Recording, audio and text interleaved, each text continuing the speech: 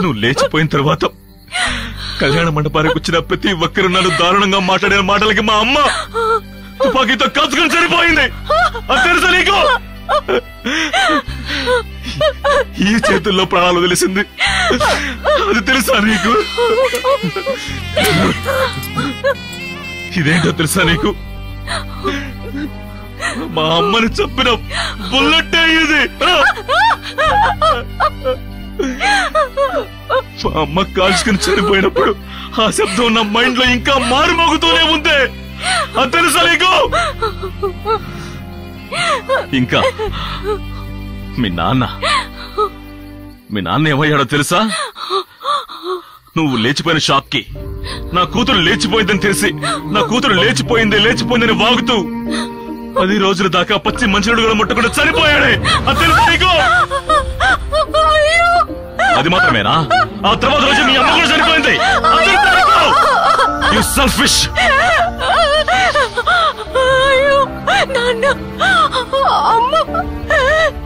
చనిపోయారా?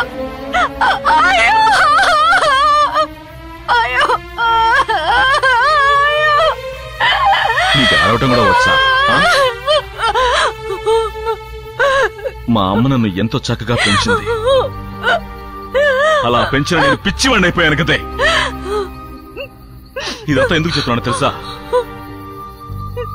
నీ వల్ల, మీ అలక్ష్యం వల్ల, మీ స్వార్థం వల్ల ఎంతమంది చనిపోయారో తెలుసా?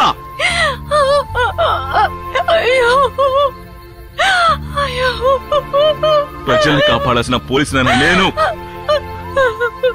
నీ వల్ల 6 ప్రాణాలు తీశానే. 6 ప్రాణాలు తీశానే. అది నీకు తెలుసా? ఇలాంటి దాన్ని ప్రాణాలతో వదలకూడదు. నేను చేసింది చాలా పెద్ద తప్పు. నా ప్రేమ కోసం మా అమ్మ నాన్నని పోగొట్టుకున్నాను.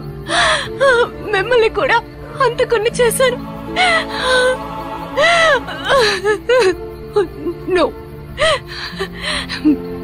ఇంతమంది సమాధుల మీద నేను సుఖంగా ఉన్నాను అంటే I feel ashamed, guilty. Please kill me. నన్ను చంపేయండి. నేను బతకూడదు. Please kill me. నన్ను చంపేయండి సూర్య. Please kill me. చంపేయండి సూర్య, ప్లీజ్. నన్ను చంపేయండి.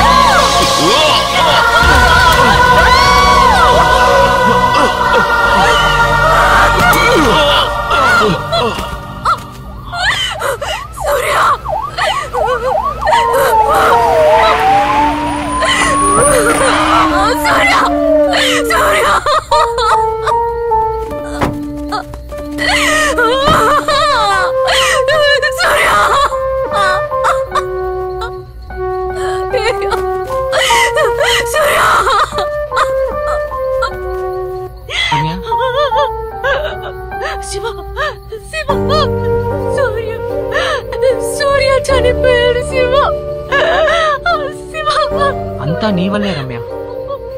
వద్దు నా రోజే చెప్పా. నువ్వు నా మాట వినలా. ఇప్పుడు ఏమైందో చూసావా? ఆ రోజు ఏమన్నావు? నేను దేన్ని లెక్క చేయను, వాళ్ళ పాయింట్ ఆఫ్ వ్యూలో వాళ్ళు చేసిందే న్యాయం అన్నావు. ఇప్పుడు ఏమైందో చూసావా? ఓ మంచి పోలీస్ ఆఫీసర్ నీ వల్ల నేరస్తుడై ఎలా చనిపోయాడో చూసావా? తప్పు చేసావు రమ్య. మనం చాలా పెద్ద తప్పు చేసాం. నన్ను క్షమించమని అడగద్దు, సూర్యాన్ని క్షమించమని అడుగు. అప్పుడైనా తన ఆత్మ శాంతిస్తుంది. నన్ను క్షమించండి సూర్య. నన్ను క్షమించండి సూర్య.